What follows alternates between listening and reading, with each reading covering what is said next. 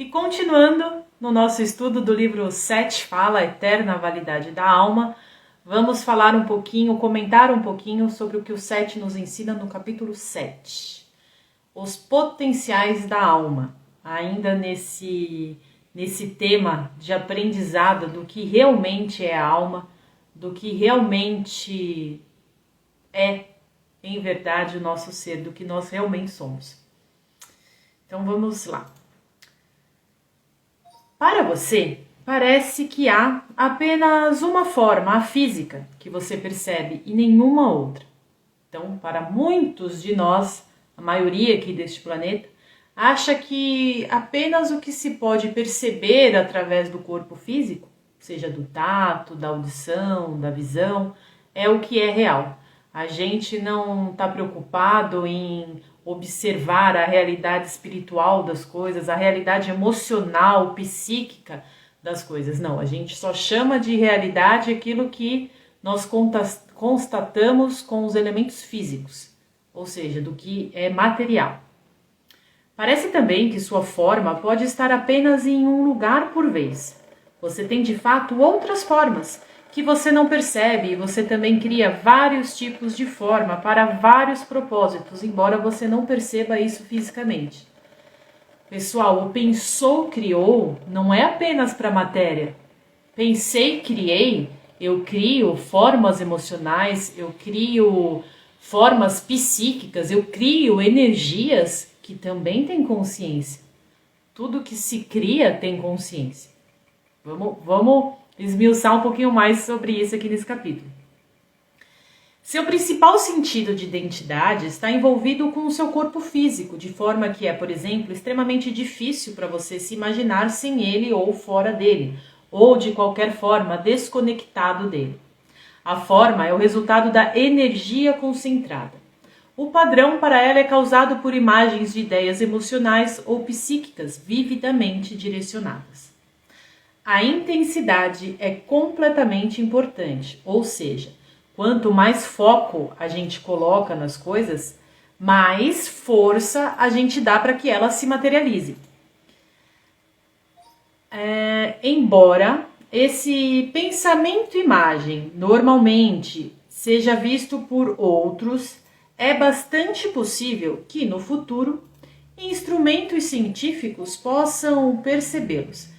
O que ele está falando aqui? Ele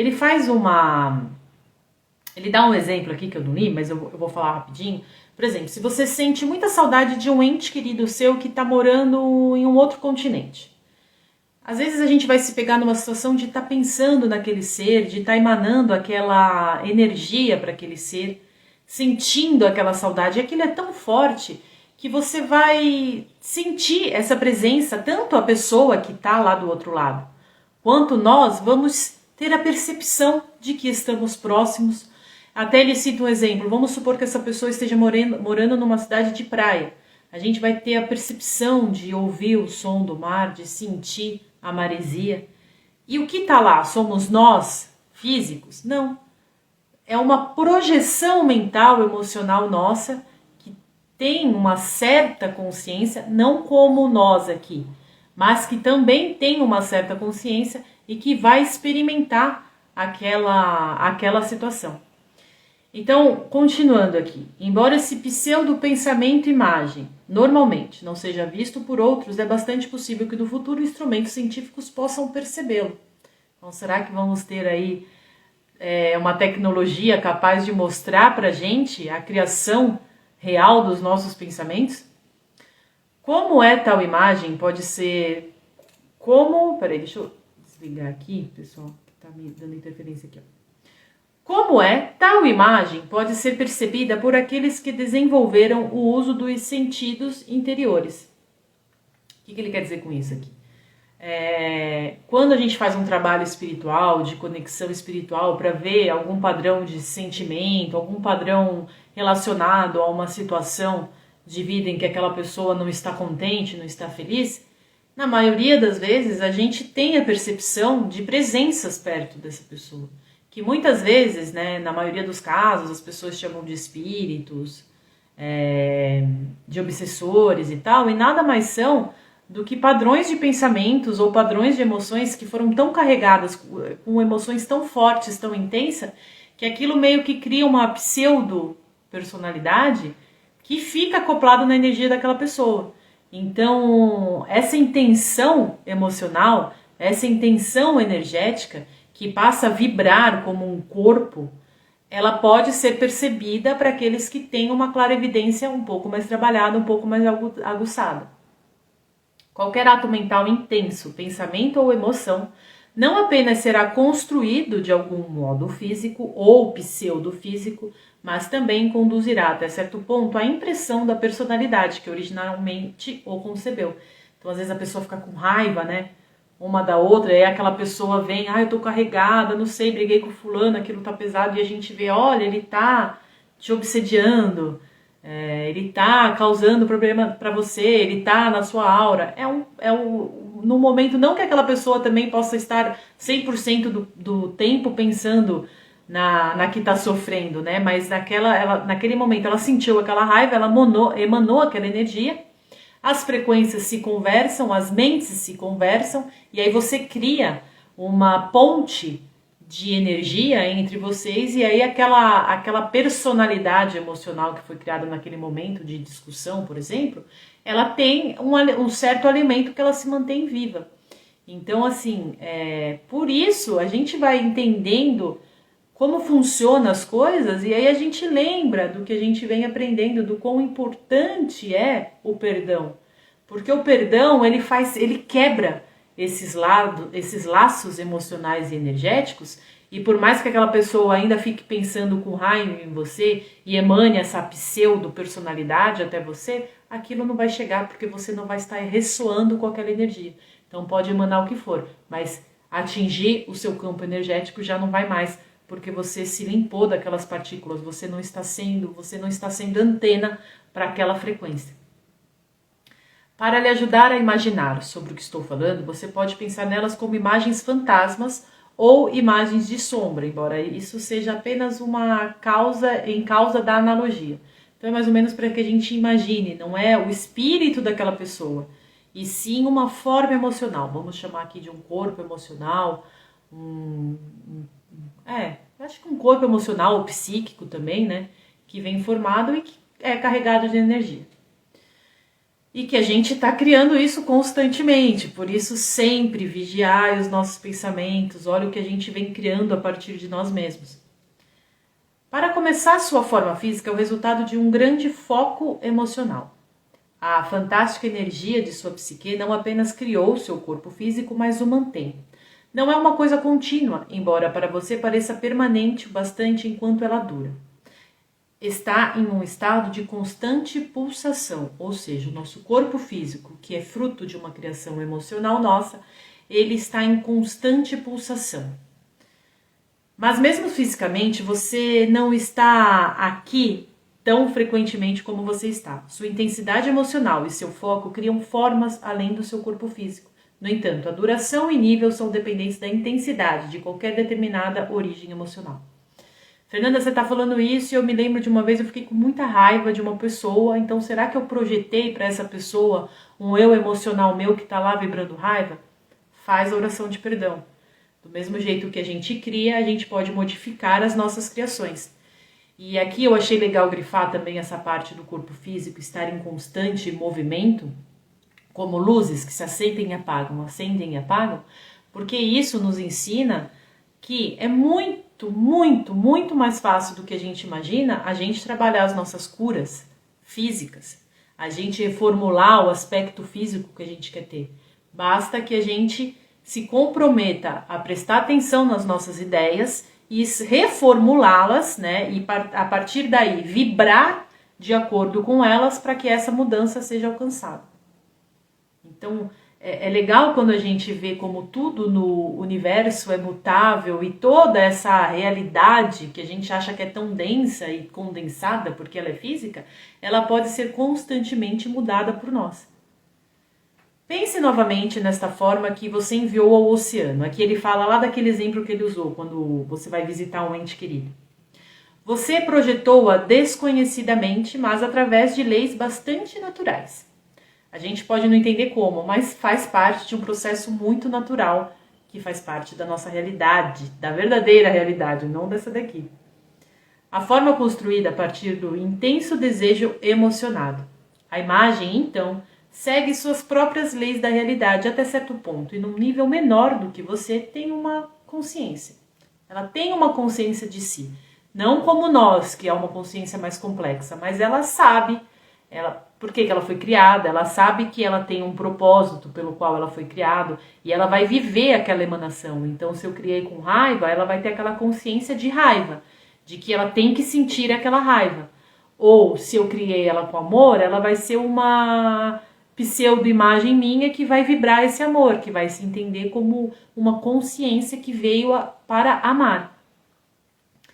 Você é, usando novamente uma analogia, enviado por um super-eu que desejou fortemente a existência da forma física, ou seja, a nossa alma desejou fortemente ter uma experiência em uma forma física. Aí criou aqui, por exemplo, a minha criou aqui a Fernanda, que está vivendo aqui neste boneco Fernanda. Você não é nenhum boneco desse super-eu. Já corrigiu o boneco aqui que eu falei. Não que eu seja um boneco, uma marionete desse super-eu. Não é. Você seguirá suas próprias linhas de desenvolvimento e através de meios bastante difíceis de explicar aqui, você soma a experiência do super-eu e também estende a natureza da realidade deste super-eu. Ou seja, eu não sou uma marionete, eu sou um ser nesse corpo físico, mas eu tenho a minha própria consciência, eu tenho o meu próprio poder de escolha. Eu fui emanada pela minha alma, uma consciência super suprema, uma consciência enorme que me projetou e criou. Mas eu, através das minhas escolhas pessoais, também estou criando a minha realidade. E aí que entra, eu quero criar em parceria com essa super alma, que é a minha super alma criadora, ou quero achar que posso caminhar sozinha e criar do meu jeito. Você também assegura seu próprio desenvolvimento e é capaz de utilizar as habilidades do super-eu. Então, as minhas experiências, como eu falei no vídeo passado, serão sempre uma troca com a minha alma. Quanto mais consciência eu tiver nas minhas ações, quanto mais conectada com a verdade, maior será essa troca em nível de expansão, de criatividade, de criação. Deixe-me fazer isso claro novamente. Sua personalidade presente, como você pensa que é, de fato indelével, ou seja, infinita, que nunca vai ser extinta, e continua, é de fato indelével e continua a crescer e a se desenvolver após a morte. A nossa consciência nunca terá um fim. Eu, Fernanda, sempre continuarei aí na minha jornada de crescimento e expansão, com a consciência agora de que eu sou muito maior do que apenas uma parte de consciência e faço parte de uma consciência já que sabe que vamos dizer assim, vamos usar a palavra divina aqui só para a gente mensurar o tamanho, mas que está totalmente conecta e ciente da sua própria verdade. Embora você continue a existir e a se desenvolver como um indivíduo, todo o seu eu ou alma tem tal vasto potencial que nunca pode ser expresso completamente através de uma personalidade. Por que essa grande alma da qual nós somos constituídos cria tantas personalidades de si mesma? Porque ela é tão complexa, ela é tão enorme que uma só individualidade não seria capaz de expressar tudo que ela tem. E ela é uma energia, pessoal, né? Nós somos uma grande energia. Tanto faz para ela qual a nossa forma eu usei a palavra boneco, mas eu não quero que dê a impressão de que é uma marionete, mas assim, tanto faz para ela qual a forma física que a gente venha a ter. Ela quer experimentar. Então ela cria individualidades que vai criar as suas próprias realidades e fazer essa troca com ela, porque ela é tão grandiosa que se ela criasse uma personalidade só, não seria suficiente para tudo que ela é capaz de criar fisicamente ou não. Agora, através de um foco emocional bastante intenso, você pode criar uma forma e projetá-la para outra pessoa, que pode então percebê-la. Isso pode ser feito consciente ou inconscientemente. E isso é muito importante. Essa discussão não se refere à chamada forma astral, que é algo inteiramente diferente. O corpo físico é a materialização da forma astral, que não é isso que a gente vai abordar nesse capítulo aqui. Mas o que a gente está falando aqui é sobre esse corpo emocional, essa forma pensamento, tá? Não é ainda a forma astral, que a gente poderia chamar aqui como espírito, não. Não é o nosso estado em quarta dimensão, também não. É uma forma de pensamento que a gente criou. Eu senti raiva daquela pessoa, ela vai pegar ela vai sentir essa raiva que eu tô sentindo dela. Eu senti saudade daquela pessoa, eu emanei aquilo e ela também vai sentir que eu tô com saudades dela, ela vai me ligar. Alguma comunicação vai acontecer entre nós. Você pode saber o que aconteceu no passado e ter histórias, porque de acordo com... Aqui ele vai falar aqui, ó, novamente. Deixa eu voltar por um parágrafo, eu não tinha grifado, mas acho melhor a gente ler aqui, ó. Porém, isso não abandona o corpo a qualquer comprimento de tempo e não é isto que é projetado em casos como a analogia marítima usada anteriormente. Você está presentemente focado não apenas em seu corpo físico, mas se afina numa frequência particular de eventos que você interpreta como tempo.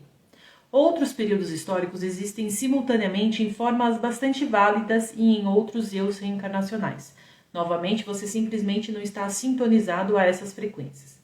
Você pode saber o que aconteceu no passado e ter histórias, porque de acordo com as regras do jogo que você aceitou, você acredita que o passado, mas não o futuro, pode ser percebido. Você poderia ter histórias do futuro no presente se as regras do jogo fossem diferentes.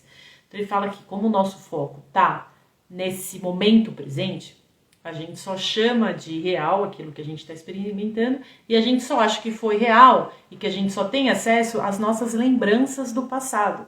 Mas não, a gente também pode, através do exercício de sensibilidade, de clarevidência, entrar em contato com o nosso futuro. Porque, como eu falei anteriormente, a gente está num processo de constante criação do nosso corpo físico, das realizações que a gente vai querer materializar na nossa vida chamada física. Você pode saber o que aconteceu no passado e ter histórias, porque de acordo com as regras do jogo que você... Eu já li, né? Já li, perdão. Após a morte, em seus termos, você é bastante livre perceptivamente. Aqui ele está falando em quarta dimensão, a gente tem essa noção do nosso passado, do nosso presente, mas aí ele fala aqui no livro também que a gente pode ter em quarta dimensão a noção de vários passados diferentes. Então, por exemplo, como se eu em quarta dimensão, eu olho para trás e vejo uma decisão que eu tomei aqui como Fernanda. Eu vejo o que aconteceu decorrente daquela decisão que eu tomei e eu vejo também vários outros tipos de passado como se eu tivesse tomado decisões diferentes sobre o mesmo assunto. E aí ele fala que aqui, ó, o futuro se parece tão claro quanto o passado. Porém, isso é altamente complicado, pois não há apenas um passado. Você aceita como reais apenas certas classificações de evento e ignora as outras. O que ele está falando aqui pra gente? Que existem infinitas possibilidades de futuro, assim como existem infinitas possibilidades de passado. Parece meio maluco isso, mas se a gente fizer um teste, e há outros livros que ele ensina a fazer isso, a gente pega uma foto antiga, se eu não me engano, esses exercícios estão na natureza da realidade pessoal. Você pega uma foto, você olha para aquele teu momento naquele passado, e você lembra de uma decisão que você teve que tomar naquele momento. E aí você imagina se você tivesse tomado uma decisão contrária, uma decisão diferente daquela que você tomou. E aí você é levado a visualizar uma realidade como se aquela decisão tivesse sido feita de forma diferente. E você sente isso, como se em um passado aquilo aconteceu. Então é como se a gente vivesse como é que eu posso falar? Num espaço-tempo onde várias probabilidades já aconteceram. Só que cabe a nós, a gente é que experiencia certas realidades que já aconteceram, quando a gente, de acordo com o foco que a gente coloca. Ficou confuso, mas vamos imaginar assim, um plano de existência, vai. E aí nesse plano é onde a nossa realidade está acontecendo. Esse plano é formado por várias linhas de energia que se cruzam e se conectam. Eu aqui tô focada nessa minha realidade aqui. Eu tomei tais decisões na minha vida que me colocaram aqui. Se eu tiro o meu foco da onde eu tô agora e coloco um foco em uma outra Fernanda que tomou uma decisão diferente da minha, eu vou passar a viver numa realidade diferente dessa que eu me coloquei aqui. Parece muito maluco e parece que a gente faz isso inconscientemente, mas não.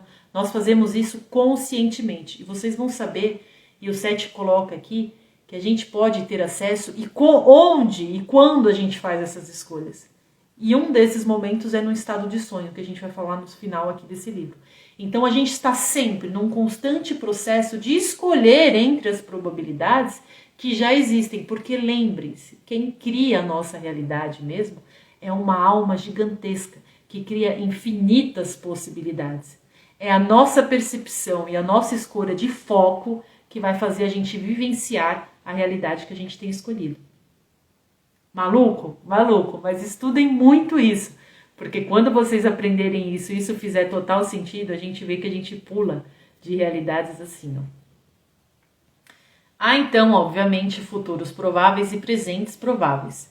Estou tentando discutir isso em seus termos, já que, basicamente, você tem que entender que as palavras passado, presente e futuro não são tão significativas, já que a experiência é mais interessante do que também as palavras ego, consciência ou inconsciência. Para a gente entender tudo isso, a gente tem que desfazer dos conceitos que a gente acha que a gente tem pronto, ou de que a gente julga ser errado ou não. Senão a gente fica maluco, pessoal, e aí a gente não vai conseguir compreender. Então vamos desfazer as formas já pré-concebidas que a gente tem das coisas. Não importa o significado que eu dê para ego, para consciência ou para o inconsciente. O que importa é eu me abrir a essas experiências, para eu vivenciar esse conhecimento novo que está chegando para a gente. Não apenas você é uma parte de outros eus independentes, cada um focado em sua própria realidade, mas há uma relação simpática existente. Por exemplo, por causa dessa relação, sua experiência não precisa ser limitada pelos mecanismos físicos perceptivos. Você pode utilizar o conhecimento que pertence a esses outros eus independentes. Lembra que eu falei no vídeo passado da troca de conhecimento? Você pode aprender a focar sua atenção longe da realidade física para aprender novos métodos de percepção que lhe permitirão aumentar seu conceito de realidade e expandir grandemente sua própria experiência. Tem um dos exercícios que eu aprendi uma vez fazendo a psicometria. Pega um objeto qualquer, segura ele e tenta sentir o que aquele objeto vai te mostrar, que energia aquele objeto está carregando. E se conecte com essa energia. Essa é uma forma de a gente trabalhar a nossa clarividência. Vocês podem testar isso. Pega uma pedra, tenta ver o que aquela energia vai te trazer. Ou pede um objeto emprestado de alguém, sente o que aquela pessoa... pega uma bijuteria de alguém, põe na mão e sente se você capta alguma energia e fala para aquela pessoa. Fala, olha, você estava se sentindo assim, assim, assado quando você usou isso e tal. É uma forma da gente testar e é muito bacana e funciona. É somente porque você acredita que a existência física é a única que é válida que não lhe ocorre procurar por outras realidades. Quem, assim como eu, tem já... Eu sou o contrário, né? Eu não me conformo que só existe essa realidade física. Então, para mim, eu tenho muita facilidade nesses lados, porque eu acredito que é real. Eu posso não entender como funciona, mas eu acredito que não é só disso aqui que a gente é feito, pessoal. Então, quanto mais aberto a gente está a novas ideias, mais essas experiências... extras físicas vão ser grandes em nós, assim, a gente vai enxergar muita coisa com os olhos fechados. É tudo uma questão de prática e de aceitação pessoal, né? O chamado fluxo de consciência é simplesmente isso, um pequeno fluxo de pensamentos, imagens e impressões, que é parte de um rio mais profundo de consciência, que representa de longe sua própria existência e experiência. Você gasta todo o seu tempo examinando esse pequeno fluxo. Assim você se torna hipnotizado por seu fluxo e encantado por seu movimento. Simultaneamente, esses outros fluxos de percepção e consciência acontecem sem você perceber e ainda não realmente são realmente uma parte de você. E eles representam aspectos muito válidos, eventos, ações, emoções com as quais você também está envolvido em outras camadas da realidade. Então, todas essas probabilidades que acontecem e que estão acontecendo em paralelo com essa probabilidade que a gente está experienciando, nós também estamos ligados com ela. E a gente, tendo consciência disso, a gente consegue crescer a nossa consciência com essa troca de experiência. Claro, não vai ser num estado físico, eu não vou materializar uma outra Fernanda aqui fisicamente na minha frente, mas se eu quiser ter essa troca de experiência, eu consigo, porque todos nós fazemos parte de um grande rio de vida, que é esse grande rio de consciência, e as trocas acontecem sempre que a gente tiver essa intenção. De qualquer modo, basicamente, você não está divorciado desses outros fluxos de consciência. Apenas seu foco de atenção lhe tira deles e dos eventos nos quais eles estão envolvidos. Agora, frequentemente você se sintoniza nesses outros fluxos de consciência sem perceber que o fez, pois novamente eles são uma parte do mesmo rio de sua identidade. Todos, consequentemente, estão conectados. Todos os nossos eus, nossas subpersonalidades, nossos passados prováveis, nossos futuros prováveis, tudo está conectado entre si, porque é um emaranhamento de energias, de frequências, e que faz parte do nosso rio, do nosso todo de consciência. Apenas experimentamos a realidade da qual nós intencionalmente damos o foco. Eu quero me ver uma Fernanda feliz, próspera e realizada. Eu vou me constituir de ideias que me tragam essa emoção e eu estou pondo foco nessa realidade. Ai, não, mas eu acredito que a experiência de ser uma Fernanda triste e infeliz vai me trazer mais conhecimento. Então eu vou me constituir de ideias que vão fazer eu materializar aquela realidade e eu vou colocar foco naquela realidade. Ah, Fernanda, eu estou vivendo assim, mas eu não quero mais, eu quero mudar o meu foco. Então trabalhe as suas ideias e a sua forma de perceber a vida para que você mude a tua frequência e você consiga colocar, se conectar com um eu teu que já está realizado, já está feliz, já está concretizando todas as realizações que hoje, nesse foco aqui, você está buscando. É sempre uma questão de escolha nossa. No estado de sono, você é muito mais consciente delas, embora haja um processo final de sonho que frequentemente mascara a intensa experiência psicológica e psíquica, e infelizmente o que você normalmente recorda é a versão final desse sonho. Então lembra quando eu falei que ele vai nos ensinar aqui onde a gente pode perceber essas probabilidades e escolher qual delas a gente quer? Em estado de sonho. A gente consegue testar as probabilidades e decidir qual é a probabilidade que a gente quer manifestar. E aí qual delas a gente vai escolher por o foco. Em estado de sonho, a gente programa a nossa vida material. Os livros de Sete vão abordar muito o que a gente pode fazer em sonho. E a gente consegue, e as respostas são incríveis, e quanto mais a gente pratica, mais consciência a gente vai ter em estado de sonho. Mais testes a gente consegue se colocar. Nesta versão final, a experiência básica é convertida tanto quanto possível em termos físicos. Ele fala aqui, então a gente passa uma noite inteira ou focado em algum estudo que a gente quer ter, ou trabalhando em algo que a gente quer trabalhar, ou programando a nossa vida física. Só que o que a gente lembra, na maioria das vezes, é só um pequeno final deste sonho, que é, como posso falar, ele é colocado através com imagens e figuras que vão fazer a gente conseguir uma pequena interpretação daquilo. Mas com a prática a gente consegue filtrar melhor isso. Por isso que a gente lembra só um pedacinho do sonho. Portanto, esse pedacinho é distorcido. Esse processo final comovente não é realizado pelas profundas camadas do eu, mas é muito mais próximo de um processo consciencial do que você percebe. Um pequeno ponto poderia explicar o que quero dizer aqui. Se você não quiser se lembrar de um sonho particular, você mesmo censura a memória em níveis próximos da consciência. Frequentemente, você pode até mesmo se pegar no ato de propositadamente desistir da memória do sonho. O processo comovente ocorre quase no mesmo nível, embora não totalmente. Ou seja, até mesmo esse processo que parece ser inconsciente para nós é também uma escolha nossa, se a gente quer ou não ter acesso a isso, a essas informações. Se a gente acredita realmente que é possível ter acesso a essas informações.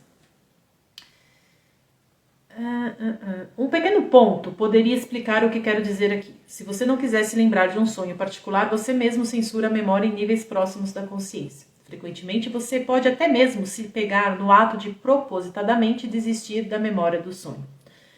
Isso não é porque você quer entender a experiência, mas porque você recusa aceitá-la como basicamente não física.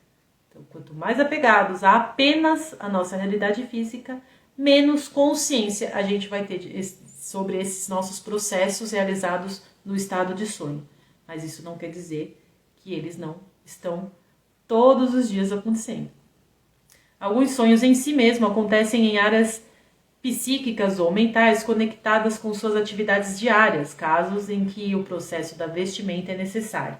Então a gente interpreta com as formas que a gente tem dessa realidade aqui atual.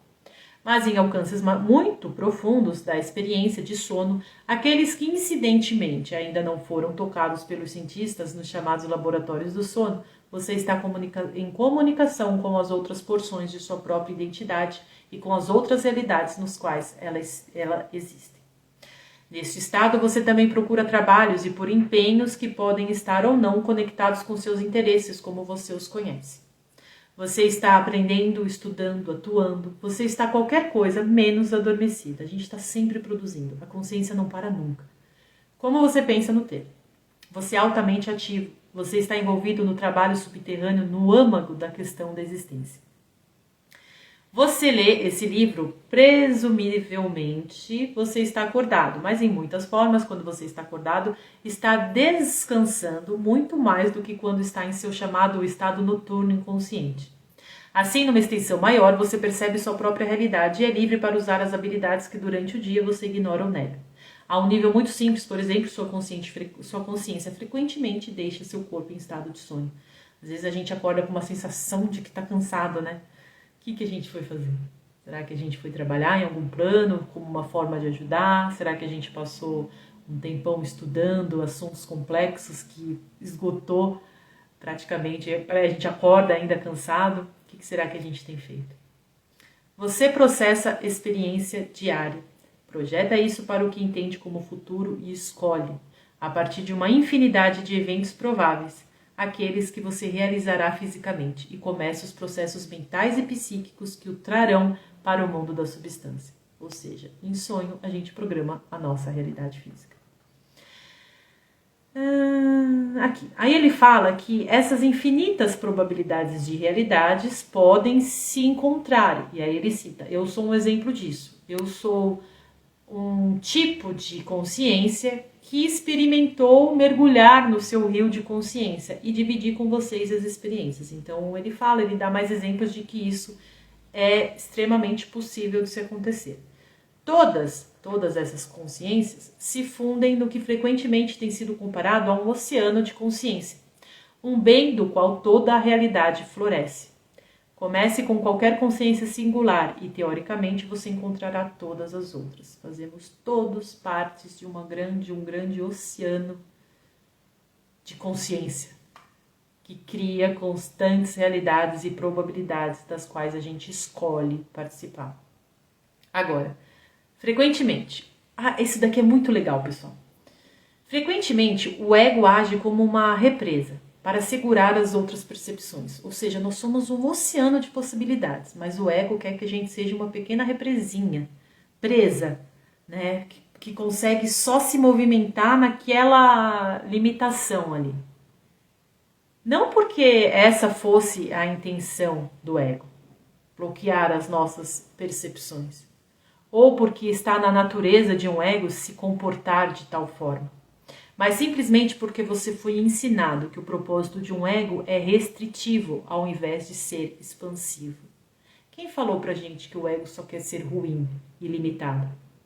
E se eu passar a me ver como um ego curioso, um ego que quer crescer, um ego que não quer acreditar nas limitações que lhe foram impostas?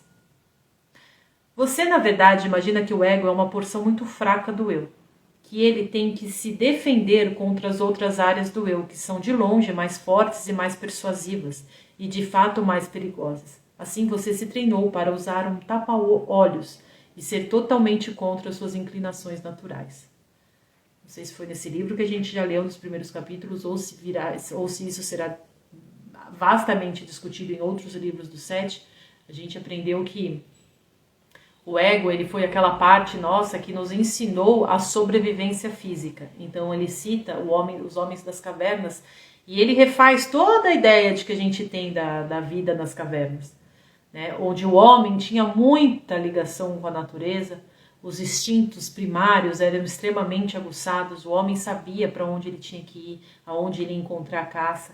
Esse era o ego primitivo do homem. Mas isso não quer dizer que esse homem com esse ego primitivo não tenha também a sua ligação na sua intuição, porque eles se conversavam. O eu primitivo e o eu interior conversavam entre si. Mas parece que na nossa história veio uma energia que fez com que a gente se separasse, que fez com que a gente acreditasse que a gente fosse só esse ego primário, rudimentar e fraco, e que esse eu interior não existe, é coisa da nossa cabeça. Aí a natureza virou uma parte totalmente fora de nós, a parte do nosso eu, e não, nós nos vimos a parte da natureza e não mais uma peça una, né? Assim como os animais se veem unos com a natureza, nós somos unos com a natureza também, mas nós resolvemos nos dividir. Apagamos o nosso eu interior só para olhar para um ego e interpretar ele de uma forma defeituosa, de uma forma limitada. Mas quem falou que a gente é só isso aqui?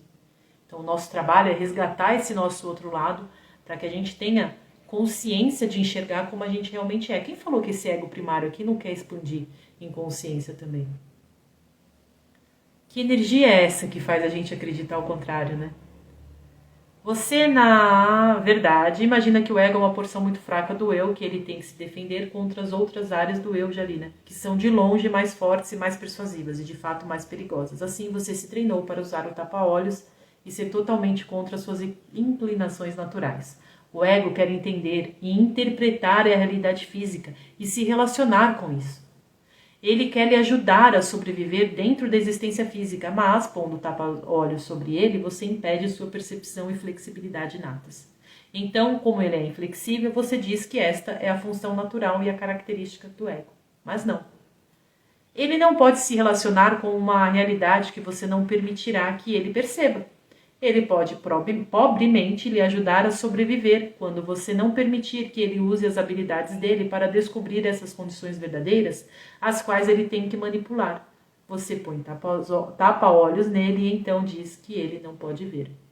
Ou seja, a gente limita todas as nossas formas de interpretação com o que a gente acredita ser real ou não. É sempre a nossa intenção. Existe uma energia que influencia isso? Existe.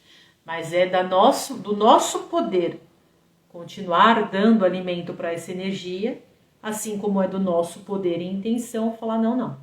Eu vou me perceber como eu realmente sou e vou usar todos esses eus psíquicos criados, vou usar tudo que o ego tem, o eu primário tem para me oferecer, para eu ter uma experiência rica em expansão e consciência aqui nesse planeta, nesse foco que eu estou agora. Então não existe limitações. Nós não somos um ego limitado. Nós somos muito mais que isso. E esse ego limitado que a gente tanto abasteceu com energia, né, que a gente tanto deu força para ele não é o nosso inimigo. Ele não é um ser mau que não quer que a gente evolua. A gente vai usar muito o termo, e eu sei que eu mesma já falei muito de uma força contrária, mas é para a gente conseguir interpretar em palavras o conhecimento. Mas, em verdade, é sempre a nossa intenção. Quando a gente coloca a nossa intenção de descobrir a verdade, pessoal, não há força que tenha poder contra isso. Porque a verdade, ela é absoluta. Então, não existe nada contra o absoluto. Então, vamos aprender muito, vamos focar muito no estudo para que a gente consiga interpretar da melhor forma possível todo esse conhecimento. Que a gente consiga realmente entender do que nós, como essa alma enorme da qual nós fazemos parte, somos capazes, quais são as nossas reais possibilidades, qual o nosso real tamanho. Muito obrigada.